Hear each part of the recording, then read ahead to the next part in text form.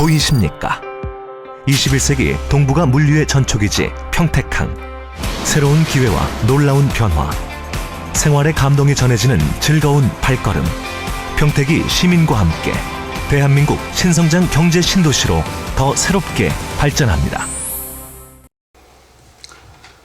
존경하는 46만 평택 시민 여러분, 김인식 의장님과 양경석 부의장님을 비롯한 선배 동료 의원 여러분, 언론인 방청객 여러분 안녕하십니까? 자치행정위원회 김혜영 의원입니다. 금년에는 메르스로 인한 어려움도 있었지만 평택항 경계 분쟁 승리와 삼성상당 조기 착공, 평택호 관광단지 개발 가시화 등 신성장 경제 신도시 발전을 위한 기틀을 마련하는 해가 아니었나 합니다. 아울러 이 과정이 노고가 많았던 공재강 시장님과 공직자 여러분께 깊은 감사의 말씀을 드립니다.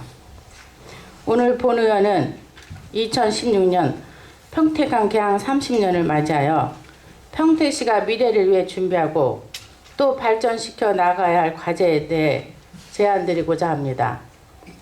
먼저 항만국 설치입니다. 여러분이 아시는 바와 같이 평택항이 1986년 12월 5일 개항하여 내년이면 개항 30주년으로 청년의 티를 벗고 장년에 진입하는 중요한 시점에서 평택항의 현재 상황에 대한 분석과 함께 미래를 과연 어떻게 준비해 나갈 것인지 고민이 필요한 시점이라고 생각합니다.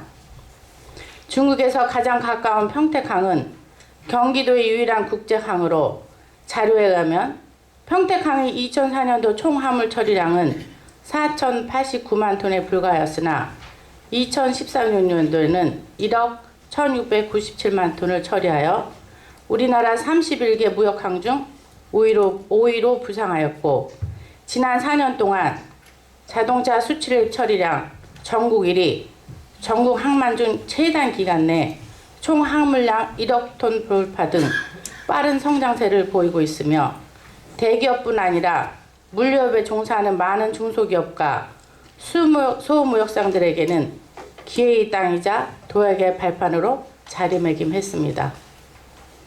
하지만 염려가 없는 것은 아닙니다. 2015년도 10월 말까지 전국 항만 물동량 증가율은 2%인데 반해 평택항의 물동량은 3.9%가 감소하여 우리나라 5대 항만 중 가장 낮은 실적을 보이고 있습니다. 결론부터 말씀드리자면 총 화물 처리량은 2012년 1억 톤을 달성한 이후부터 컨테이너 화물 처리량은 2011년 53만 TU를 달성한 이후부터 증가율이 감소 내지는 정체하고 있습니다. 이는 항만 사업 전체가 물량 감소로 매우 어려운 여건에 따른 것이기도 하지만 서해안을 대표하는 항만인 평택, 인천, 군산, 광양의 4개 항이 물류수장을 두고 경쟁하고 있기 때문이기도 합니다. 지금과 같은 추세라면 머지않아 2류 내지는 3류 항만으로 전락하는 위기를 맞이할 수도 있다고 생각합니다.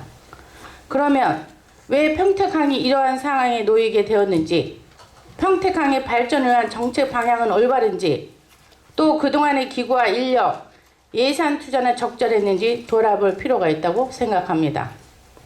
평택시는 지금까지 과체제에서 인력으로 평택항 배후den지 개발, 항만 마케팅 등 항만에 대한 정책 개발, 평택지방해양수산청, CIQ 등 항만과 관련된 국가기관과의 업무 협의, 그리고 항만 관련 업체들에 대한 지원을 정말 힘겹게 한 것으로 알고 있습니다.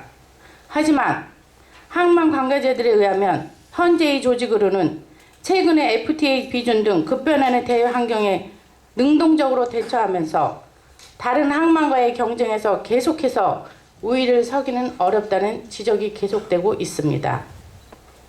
얼마 전에 있었던 평택세관이 인천세관 산하로 편입될 뻔하였던 직제 개편의 문제도 같은 맥락에서 이해될 수 있을 것이며, 피할 수 없는 당진과의 항만 주도권 다툼, 수시로 변화하는 정부 항만 정책에 대한 대응도 쉽지 않은 문제일 것입니다.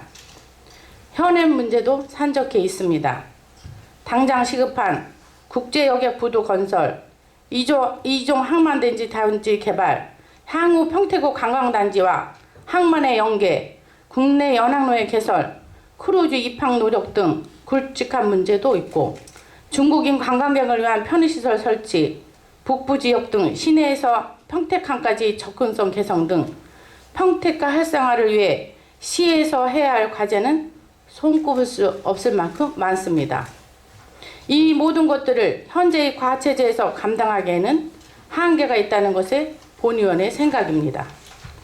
늦었지만 지금이라도 항만 지원가를 항만국으로 확대 설치하고 항만에 대한 전폭적인 지원을 통해 평택항이 우리 시민들의 일자리를 제공하고 실질적으로 혜택을 주는 서해안 관문으로 발전시켜 나가야 할 것입니다. 다음은 항만에 대한 투자 확대입니다. 이번 정례에 제출된 2016년도 일반회계 예산은 9,263억 원입니다만 항만에 관련된 2016년도 일반회계 예산은 0.1%인 12억 9,400만 원에 불과한 실정입니다.